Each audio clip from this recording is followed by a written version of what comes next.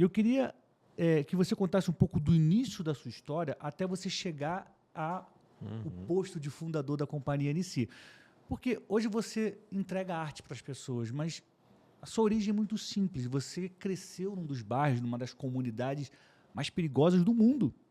E hoje você tem uma realidade completamente diferente. Como é que é essa transformação? Como é que é sair do zero e caminhar no caminho da arte? Olha, é muito legal você tocar nesse ponto, né, sobre a questão de ter sido criado num lugar dos lugares mais perigosos do mundo, mas eu falo que foi uma das minhas melhores escolas, sabe? Porque quem cresceu no Jardim Ângela é uma comunidade gigante, né? E na década de 80, meu Deus, a gente vivia coisa assim que você não faz ideia. E como a minha família era muito simples, a gente morava numa casa que o fundo era um córrego, então a nossa diversão como criança era: vai para a escola, chega correndo, joga o material e já vai brincar no córrego, e vai brincar no meio do mato, e vai brincar de pique-bandeira, enfim. Então a minha infância ela foi regada muito há muita brincadeira, porque às vezes a gente associa muito assim, é um lugar, poxa, é um lugar muito difícil. E eu falo, eu não queria ter sido criado em outro lugar, porque isso me formou muito, sabe? Tipo, hoje poder produzir, e o produtor, né, o diretor de espetáculo, ele precisa resolver tudo ao mesmo tempo. São muitas coisas que você tem que resolver. Então, o Jardim Ângela foi uma grande escola, porque você imagina você criar em um lugar que domingo de manhã todas as casas estão tocando músicas diferentes. Todas as pessoas estão limpando as calçadas. Todo mundo gritando. É uma feira que tem ali, que é a feira do Vila Remo, acho que era a maior da América Latina. Caramba. Então a gente tinha muita coisa muito legal. E o Jardim Ângela, para mim, me forjou muito. Porque quando eu era criança, como eu disse, a minha avó criou a gente vendendo geladinho. Não sei como é que no Rio de Janeiro, acho que é sacolé, Sacolé. que vocês falam, né? No Rio, certo.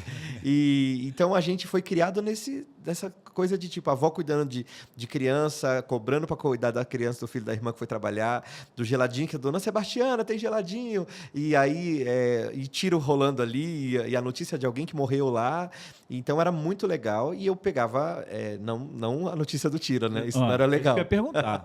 Não, mas eu digo assim, a movimentação, né, de todos os dias. E eu lembro que eu pegava lixo, porque como meus avós não tinham condições de comprar brinquedo, né, então eu ia pegar lixo e... Olha, eu vou dizer que era uma experiência muito surreal, porque às vezes tinha que ficar escondido debaixo do lixo, que era um lixo de um prédio que tinha do lado, e às vezes chegava algum morador e eu estava lá, então tinha que me esconder. E eu lembro que algumas coisas aconteceram nesse lixo que foram bem cruciais para a minha virada, digamos assim. Eu não entendo de futebol, então falar da virada do jogo eu não saberia explicar tecnicamente, mas se a gente colocar num roteiro de teatro ou de cinema, onde você tem os pontos de virada, sabe? Eu tive essas viradas na minha vida que foram bem cinematográficas, digamos assim, bem teatrais. Então eu estava no lixo, de repente eu encontrei ali um frasco de um perfume que eu nunca tinha sentido na minha vida. Era um perfume importado. Eu falei, nossa, que legal. Antes, o Certo. que você fazia no lixo? Pegava e revendia alguma coisa? Eu revendia papelão, né? Que é essa Aham. coisa da reciclagem, que é uma coisa muito antiga. E achava muito brinquedo. Entendi. Então, eu achava muito livro, sabe? Direto tinha livro, direto tinha brinquedo. Então, eu chegava em casa, então todos os meus brinquedos eram do lixo. Entendi. E aí um dia eu olhei, e assim, você tem uma referência da sua casa, né? E, de repente, eu vi ali um portfólio, né? De uma loja de móveis. Mas eu te cortei, você ia falar do perfume. Do perfume, então, ó, perfume, que aí eu falei, nossa, que legal, existe um outro cheiro, que não é o cheiro do córrego, nossa, que interessante isso aqui. Então, pensei, um dia eu vou ter um perfume assim, beleza. Aí, depois você encontra esse portfólio aí de uma loja de móveis chique, e eu falei, nossa, olha esse sofá, olha isso daqui, um dia eu vou ter. Aí, beleza. E aí eu encontrei um dia uma sacola de um curso de inglês, e quando eu encontrei aquela sacola, sabe quando você olha assim, seu olho brilha e fala, nossa, um dia eu vou fazer um curso de inglês. Então, hoje, assim, eu tenho 46... Eita, 45... Enfim, já parei de contar, né? Por aí. E hoje você olhar e falar, meu, que legal, né? Que no meio do lixo... Então, eu vim pensando até nisso. Falei, nossa, quando a Bíblia diz que Deus levanta do monturo o necessitado, né? Então, assim, você está no monturo, né? Às vezes a pessoa está assistindo e você olha a vida e fala, nossa, minha vida está um lixo. E que legal saber que do lixo Deus levanta, e Deus exalta, e Deus honra, sabe? Então, às vezes os pontos de virada que a gente fala no teatro e no cinema, eles muitas vezes vão acontecer dentro de um lixo, dentro da impossibilidade. Por isso que eu falei desde o começo do Jardim Ângela de uma forma muito carinhosa, porque às vezes a gente remete, né, àquilo que a gente vive no sentido de, poxa, a minha condição é outra. Aham. Eu vivo num lugar. E, sinceramente, você pode ver no pior lugar do mundo, segundo a sua ótica. Mas é daí que Deus levanta, né? E daí que a gente é forjado e aprende. Então, para mim, foi muito legal. E eu guardei essas 3 coisas para que eu realizasse na minha vida. Mas tem um ponto aqui que você Certo. falou que é muito importante frisar. Uhum. Você estava num lugar que as pessoas não gostariam de estar, Sim. que é carente de recursos e de muitas outras virtudes, vamos dizer assim, mas você olhava para alguma coisa e falava, um dia eu vou ter. Olhava para a embalagem do curso de inglês, um dia eu vou ter. Sim. Você olhava para o perfume e falava, um dia eu vou ter o sofá, um dia eu vou ter na minha casa. Isso tem a ver com sonho. E Deus realiza sonhos. Eu quero chamar a atenção para esse ponto da sua história pelo seguinte, tem muitas pessoas que dizem que querem viver algo novo, que dizem que querem viver algo especial, mas elas não sonham. Não sonham acordado, não para vislumbrar. A Bíblia diz que deleita-te no Senhor e Ele realizará os sonhos do seu coração. Se você não sonhar, Ele não vai ter o que realizar. Independentemente de onde você esteja. Se é no lixão, se é numa comunidade, se é longe do Brasil, se é perto de casa, não importa. O importa é que você tenha a fé e sonhos, porque Deus realiza sonhos. Não é isso? É o que aconteceu com você? Exatamente. É o que aconteceu Você comigo. comprou o sofá, o perfume? Você acredita que sim? Claro, Conseguiu o acredito. perfume, conseguiu o sofá e conseguiu o curso de inglês. Não falo também inglês, mas aí foi relaxo meu também, né? Aí já... Mas o Senhor realmente, Ele faz.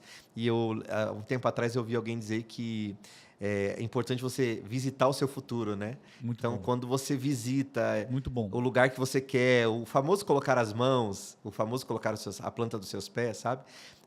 Quando você visita, eu vou até te contar uma história pulando um pouco na linha do tempo. A gente está ali no centro de São Paulo, na Brigadeiro Luiz Antônio, que é uma das avenidas mais movimentadas de São Paulo. Aham. E aí, do lado do teatro, porque o teatro já é uma grande conquista, do lado tem um castelinho, chamado Castelinho da Brigadeiro, que é um castelinho tombado, lindo e tal. E toda vez a gente passava e fazia assim, nossa, aqui tem a cara do Nici, né? A gente podia colocar aí, né? Aí eu colocava a mão, aí colocava o pé, aquela coisa que a gente vai fazer. Vai visitando o seu futuro, mas totalmente improvável, né? Aham. Rapaz, você acredita que a gente conseguiu alugar o espaço? Hoje é o escritório, né, do Nici ali, mas tem um detalhe. Depois da pandemia, as dificuldades que passaram, a gente conversou com os proprietários. Você acredita que a gente não paga aluguel? Uau. Tipo, eles abençoaram a gente. Então, aí quem olha e fala, como assim? Vocês estão no castelinho da Brigadeiro?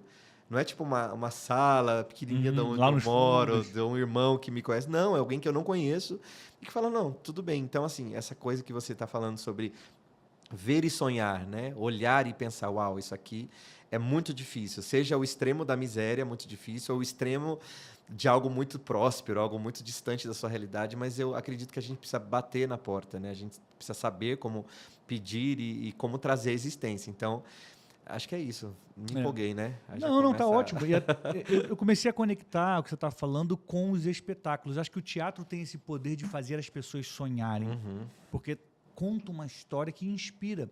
sim. Quando a gente lembra de Rua Azusa, é uma luta contra o racismo. Tem uma parte que para mim é muito marcante do espetáculo, é que o William Seymour ele não podia orar com os irmãos em Cristo porque ele era negro e os outros eram brancos. Sim. Isso é para mim um absurdo. Então você sai dali sonhando com um mundo melhor, sonhando que você pode fazer alguma coisa. Luther King, você vê a coragem que ele tem de realizar e tudo que ele enfrentou, né? Então o teatro e o que a Companhia Nici tem feito é colocado sonhos também nas pessoas, inspirado, olha, dá para ser assim, né? E agora vocês estão com Moisés para ser lançado, né? Eu queria que você falasse um pouco sobre como é o processo de criação, né? A gente já volta um pouco da sua história para Sim, saber como sim. você entrou no teatro, mas como você se inspira para decidir o espetáculo que vai ser montado? Olha, é muito forte, né? Quando eu sempre falo, Deus, eu quero chorar com aquilo que eu estou criando, sabe? Para não ser uma coisa assim, ai meu Deus, vamos ver o que vai dar certo no mercado, né? Mas eu vou se olhar e falar assim, eu quero ver o que vai tocar as pessoas, mas antes eu quero ser muito tocado. Então, quando foi a Rua Azusa, realmente eu estava lendo o livro, que quem já leu sabe que fala de milagres, né? Que aconteceram na Rua Azusa. Só que esse ponto que você comentou é o que me chamou a atenção. Eu estava lendo o livro, vendo dos milagres, as coisas que aconteciam, e de repente tem uma frase, exatamente essa. O cara foi estudar lá em Houston, numa escola bíblica, e aí, de repente, ele não foi batizado com o Espírito Santo, que era o que ele pregava tanto depois, porque ele não podia orar com os alunos. Aí eu falei, uai, por que ele não pode orar com os alunos? Aí você lê um pouco mais, aí fala, porque ele era negro. Ele não podia tocar, então o negro não podia orar Puxa, das mãos, né? das mãos para um branco. Vou aproximar Aí, um pouco. ok. E aí você fala, meu Deus, aí eu comecei aí a mente vem, tipo, eu preciso que as pessoas saibam disso. A gente precisa passar isso através do teatro. E aí quando eu li isso que você comentou, que aí ele ficava no corredor da escola bíblica para estudar a Bíblia, ouvindo a aula de longe por não poder entrar na sala, falei, meu Deus, a gente precisa realmente mudar a nossa geração precisa ver mais. A igreja, naquele momento, precisava ver mais sobre isso, sabe?